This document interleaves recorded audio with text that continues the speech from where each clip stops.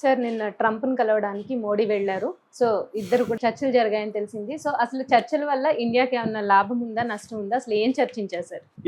మన Modi France AI summit ముగించుకొని America వెళ్ళాడు. అమెరికాలో వైట్ హౌస్ దగ్గర ఆయన స్టే చేశాడు.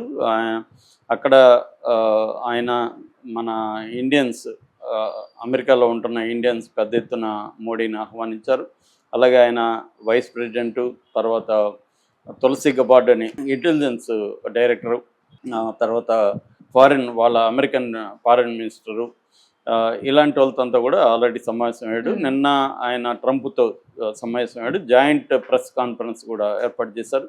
అక్కడ కూడా మోడీ హిందీలో మాట్లాడారు, దాన్ని వేరే వాళ్ళు ట్రాన్స్లేట్ చేశారు. ఇటు ట్రంప్ కూడా మాట్లాడారు. సో వీళ్ళిద్దరి మధ్య అసలు ఏం చర్చలు వచ్చాయి, ఏమి సాధించుకున్నారు అనేది మనం ప్రధానంగా చెప్పుకుందాం. మోడీ వెళ్ళకముందే ట్రంప్ ఏమన్నా అంటే today is a big day అన్నాడు. ఎందుకంటే మోడీని కలుస్తున్నాము అని చెప్పి. అయితే మోడీకి కలవకముందే మోడీకి ఒక షాక్ కూడా ట్రంప్ ఇచ్చాడు. అదేంటంటే రెసిప్రోకల్ టారిఫ్స్ ఉంటాయి అని చెప్పాడు. సో అసలు రెసిప్రోకల్ టారిఫ్స్ అంటే ఏంది అనేది మనం చూస్తే, మామూలుగా ప్రతి దేశము ఇంకొక దేశంతో వాణిజ్య సంబంధాలు అనేవి కలిగి, ట్రేడ్ రిలేషన్స్ అనేవి ప్రతి దేశానికి ఇంకొక దేశంతో ఉంటాయి. భారతదేశం లాంటి పెద్ద దేశంతో అనేక దేశాలు ట్రేడ్లో ఉంటాయి. దీన్ని బైలేటరల్ ట్రేడ్ అని అంటారు. అంటే ద్వైపాక్షిక వాణిజ్యం. వాళ్ళ దేశంలో కొన్ని వస్తువులు మనం దిగుమతి చేసుకుంటాం, మనం వాళ్ళకి ఎగుమతి చేస్తాం. అలాగా మనం మొత్తం ఎగుమతి, మనం ఇప్పుడు ఫర్ ఎగ్జాంపుల్ 100 దేశాలకు ఎగుమతి చేస్తుంటే అందులో ఎక్కువగా మనం ఎగుమతి చేస్తున్న దేశం ఏదంటే అమెరికా. అమెరికా మొత్తం ఎగుమతుల్లో 18% అమెరికాకే మనం ఎగుమతి చేస్తున్నాం. అంటే నెంబర్ 1 మనం ఎగుమతి చేసే కంట్రీలో నెంబర్ 1 అమెరికా. అంటే మన ఎగుమతులు అమెరికా మీద డిపెండ్ అయ్యింది. 2, ప్రపంచంలో ఎగుమతులు దిగుమతులు అంతా కూడా ప్రధానంగా డాలర్ దీని మీద జరుగుతుంటాయి. అందువల్ల మనం దిగుమతుల కంటే ఎగుమతులు ఎక్కువ ఉంటే మన దగ్గర డాలర్ నిల్వలు, ఫారిన్ కరెన్సీ అంటారు, ఫారిన్ కరెన్సీ నిల్వలు ఎక్కువ ఉంటుందన్నమాట. అప్పుడు మన బార్గెనింగ్ పవర్ కూడా ఎక్కువ ఉంటుంది. మన దగ్గర డాలర్లు ఉంటే ఎవరైనా మనం దిగుమతి చేసుకునేటప్పుడు ఎవరైనా నీకు డాలర్లు ఎంత ఇస్తా మనం మాట్లాడచ్చు. సో ఇది బేసిక్గా మనకు అర్థం కావాల్సి. అట్లా అమెరికాకు కూడా అలాగే అన్ని దేశాలతో దిగుమతులు ఎగుమతులు ఉంటాయి కదా. అమెరికా మన దేశానికి దిగుమతుల విషయంలో తక్కువ మనతో పోలిస్తే. అమెరికాకి మనం 10వ దేశం. అమెరికా ఎక్స్పోర్ట్లలో మనది 10th, మనకేమో అమెరికా నెంబర్ 1లో ఉంది. సో అంటే అర్థమేమి, మనం ఎక్కువగా అమెరికా మీద డిపెండ్ అయినాం వాణిజ్య విషయంలో, అమెరికా మన మీద కంటే. సో ఇప్పుడు ట్రంప్ వచ్చినాక అన్ని టారిఫ్స్ అనేవి ట్రంప్ పాలసీల్లో ప్రధానమైంది. టారిఫ్స్, ఇమ్మిగ్రేషన్స్, అమెరికన్స్ని జాబ్స్, ఆ దేశంలో ఉండే ప్రొడక్షన్ పెంచడం, ఇవన్నీ. అట్లాగే వేరే నాటో కావచ్చు, ఇతర WHO కావచ్చు, ఇతర సంస్థలకి ఫండ్ కట్ చేయడం, తర్వాత ప్రపంచంలో ఉండే యుద్ధాలను అంతం చేసి దాన్ని కూడా ట్రంప్ శాంతి యుద్ధం, ఈ 2 కూడా వ్యాపారాలే డిసైడ్ చేస్తాయి. నీ వ్యాపారం కోసం యుద్ధం కావాలంటే యుద్ధం చేస్తావు, నీ వ్యాపారం కోసం శాంతి కావాలంటే శాంతి చేస్తావు.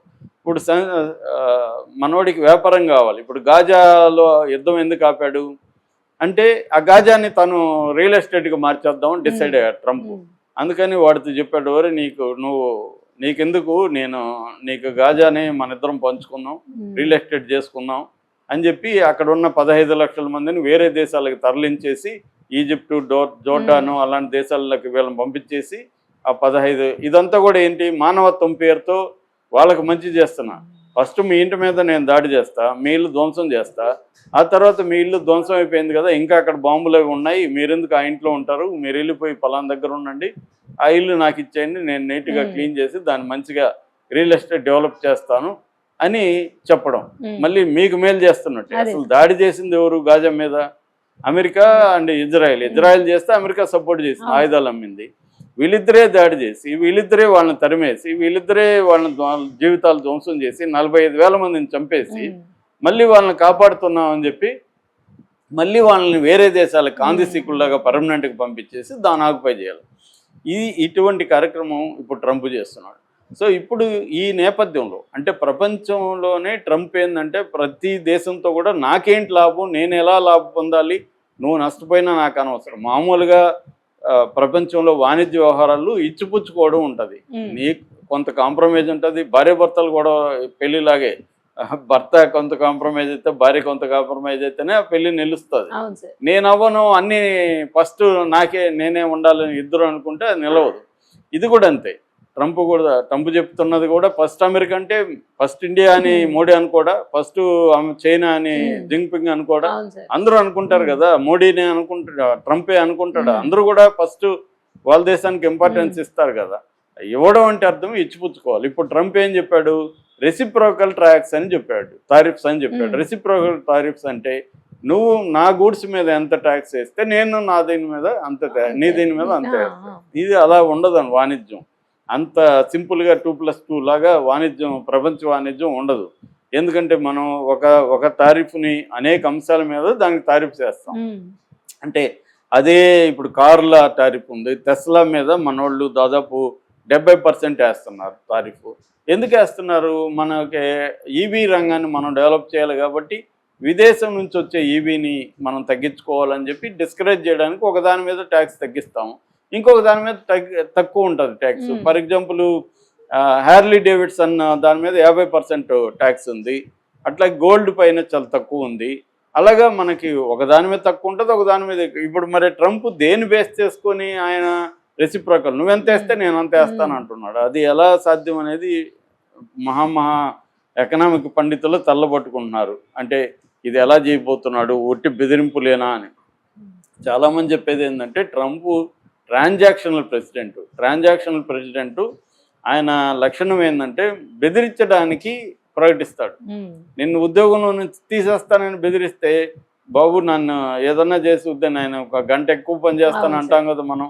అలాగే సరే 1 గంట ఎక్కువ పని చేయి చూద్దాం కొద్ది రోజులు అని వదిలిపెట్టు. దాంతో భయభక్తులతో ఎక్కడ తీసేస్తాడో వీడిని పనిచేస్తాడు. ఇది ఒక టాక్టిక్ అనమాట.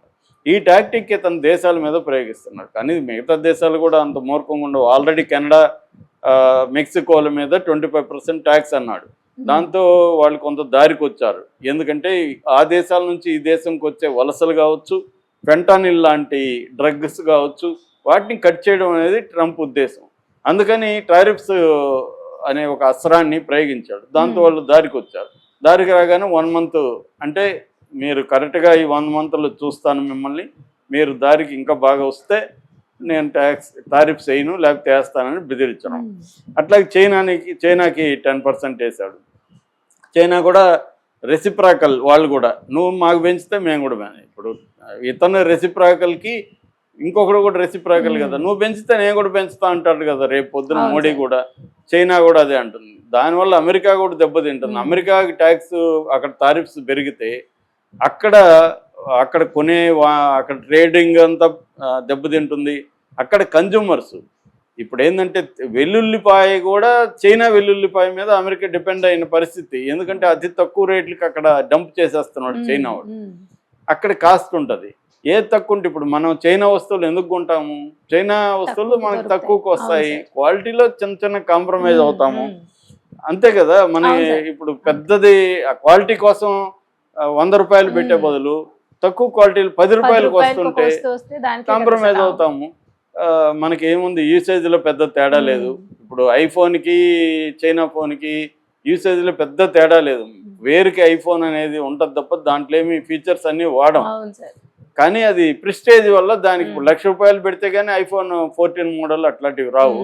నీకు ఆ 1,00,000 రూపాయల్లో ఇక్కడ కనీసం 3 మంచి ఫోన్లు అయితే వస్తాయి క్వాలిటీ. ఒక 35,000కి బ్రహ్మాండమైన ఆండ్రాయిడ్ ఫోన్ వస్తుంది. సో ఇలాగ ఏమవుతుందంటే చైనా అండ్ మిగతా దేశాలు అమెరికాని మార్కెట్ని కబ్జా. దీన్ని ఎలా డీల్ చేయాలో తెలియక తను చిందులు దొక్కుతున్నాడు. ఈ చిందులు దాన్ని ఏమంటారు, ఈ శివుడిలాగా నృత్యం చేస్తున్నాడు. ఈ నృత్యం అనేది నిజంగా అతను బెదిరిస్తాడు. ఆ శివతాండం చేస్తున్నాడు ట్రంప్. ఈ శివతాండం వల్ల ఎవరు బెదిరిపోవట్లేదు, వాళ్ళు కూడా గట్టిగానే మాట్లాడుతున్నారు. ఆల్రెడీ ఇప్పుడు స్టీల్ అండ్ అల్యూమినియం మీద పెంచాడు. స్టీల్ అండ్ అల్యూమినియం పెంచడం వల్ల ఇండియా కూడా దెబ్బతింటుంది, యూరోపియన్ యూనియన్ దెబ్బతింటుంది. ఆల్రెడీ యూరోపియన్ యూనియన్ గట్టిగానే వ్యతిరేకిస్తుంది. అలాగా ఇప్పుడు వరకు ఏంటంటే ట్రంప్ మోడీ మధ్య ఏమేమి జరిగాయి అనేది ఇంకా అఫిషియల్గా బయటికి రాలేదు. మామూలుగా అయితే ఇది ఒకటి ప్రయోగించాడు. రెండోది మనకు ఒక మెయిల్ ఏంటంటే ముంబై అల్లర్లు 26/11 2008 నవంబర్ 26న ముంబై అల్లర్లు జరిగింది. అందులో 166 మంది చనిపోయారు తాజ్ హోటల్ మిగతా వాళ్ళ మీద. దాని మీద ఆర్జీవీ సినిమా కూడా తీశాడు. సో అందులో డేవిడ్ కోల్మన్ షెడ్లే అనేవాడు మేజర్గా దాని వెనుకున్నాడు. అతనికి హెల్ప్ చేసిన అతను తహవూర్ రాణా అనేవాడు పాక్ కెనడా బిజినెస్ మ్యాన్ అనమాట. అతను అమెరికాలో ఉన్నాడు. అతన్ని అప్పగించడానికి ట్రంప్ ఒప్పుకున్నాడు. అది ఇప్పుడు మన మీడియా హైలైట్ చేస్తుంది, ట్రంప్ సాధించిన విజయం అని. ఖచ్చితంగా అది విజయమే, అంతవరకు మెచ్చుకోవాలి. అట్లాగే ఇమ్మిగ్రేషన్కి సంబంధించి ఇల్లీగల్ ఇమ్మిగ్రేషన్ మాత్రం నేను తీసుకుంటానని మోడీ హామీ ఇచ్చాడు. అంటే మోడీ మెయిన్ గోలు లీగల్ ఇమ్మిగ్రెంట్స్. అక్కడ ఇండో అమెరికన్స్ ఒక 54 లక్షల వరకు ఉన్నారు. అది దాని ఏమంటారు వీసా, అమెరికన్ వీసా ఉన్న వాళ్ళు, ఇండియాలో ఉన్న వాళ్ళు ఒక 50 లక్షల మంది ఉంటారు. ఈ 1 కోటి మంది ప్రయోజనాలు మన మోడీకి ఇంపార్టెంట్ కాబట్టి మోడీ ఇల్లీగల్ ఇమ్మిగ్రెంట్స్ని పంపించండి, తీసుకుంటాం, కాకపోతే వాళ్ళకి బేడీలు వేసి దారుణంగా అవమానించకండి అనేది మోడీ రిక్వెస్ట్ చేశాడు. అది కూడా ట్రంప్కి పెద్ద విషయం కాకపోవచ్చు.